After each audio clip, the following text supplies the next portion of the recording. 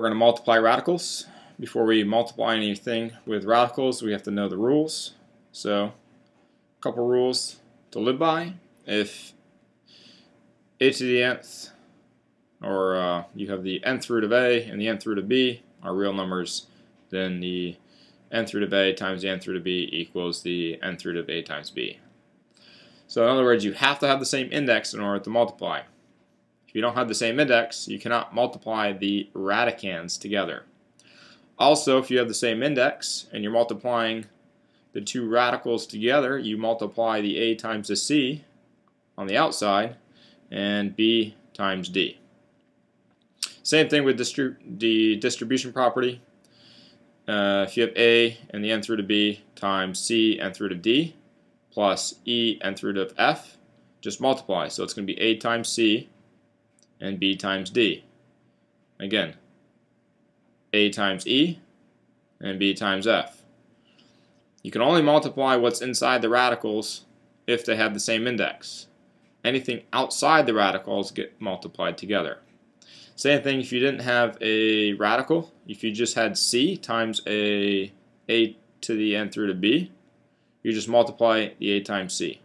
Because the a is on the outside of the radical and c has no radical, well, technically we could put the nth root of 1, which would be 1, and therefore you get a times c.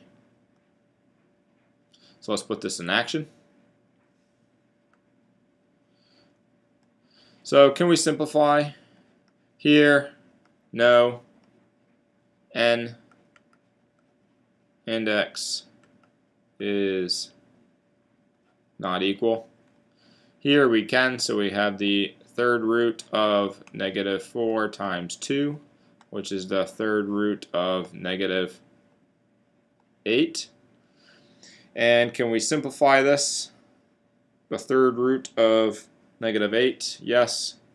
This is actually equal to negative 2.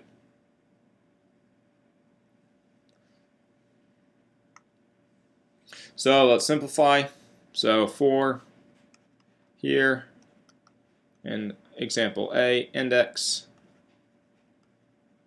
are not equal, so we cannot multiply.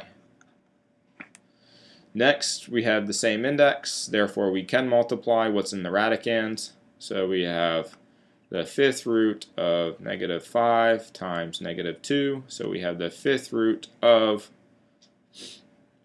positive 10. And we can't simplify, there is no fifth roots of 10 after that. We just get a decimal, so we're just going to leave it as is. So let's do a quick overview.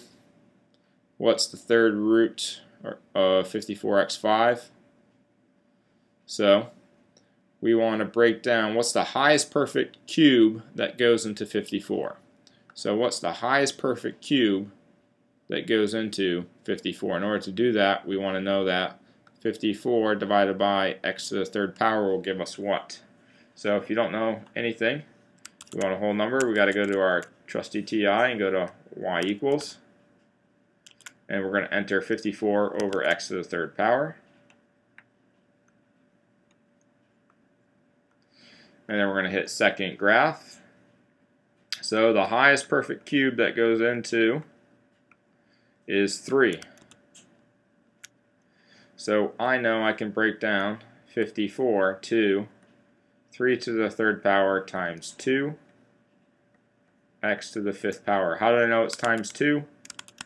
Going to the calculator, looking at here, x3 and 2. What's left over? So the highest perfect cube that goes into 54 is 3, and the leftover is 2. Again, I'm only looking for not even integers, but integers solutions.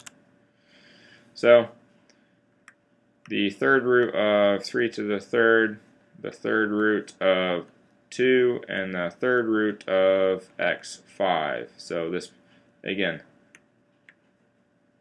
the third root of anything x to the 3 is equal to x. So we have 3 times the third root of 2. We're going to have x and the third root of x squared. So our final answer is 3x third root 2x squared.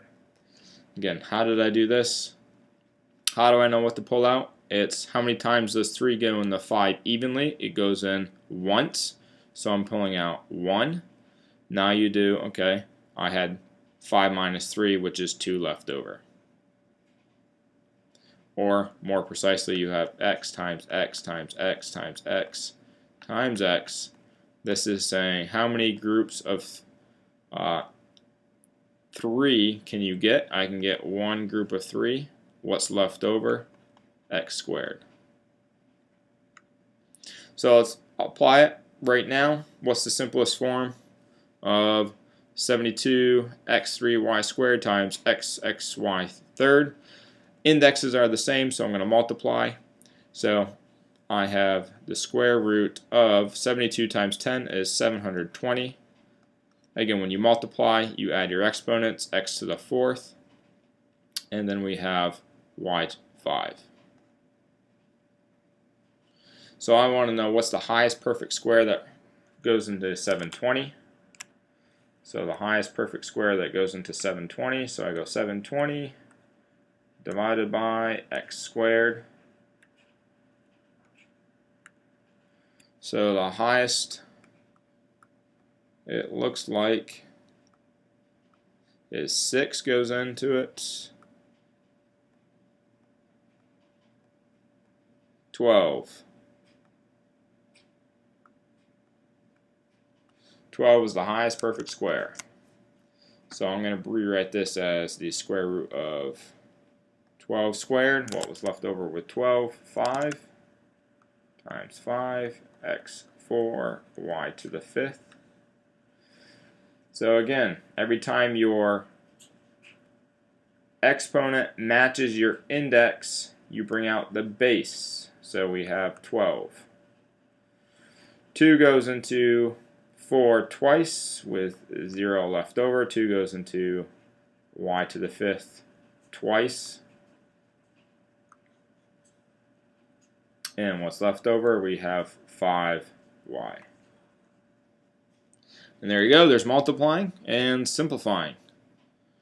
So multiply first, use your calculator to find the highest root that goes into your base, and go from there. If you have any questions, send me an email, see me after school or before school.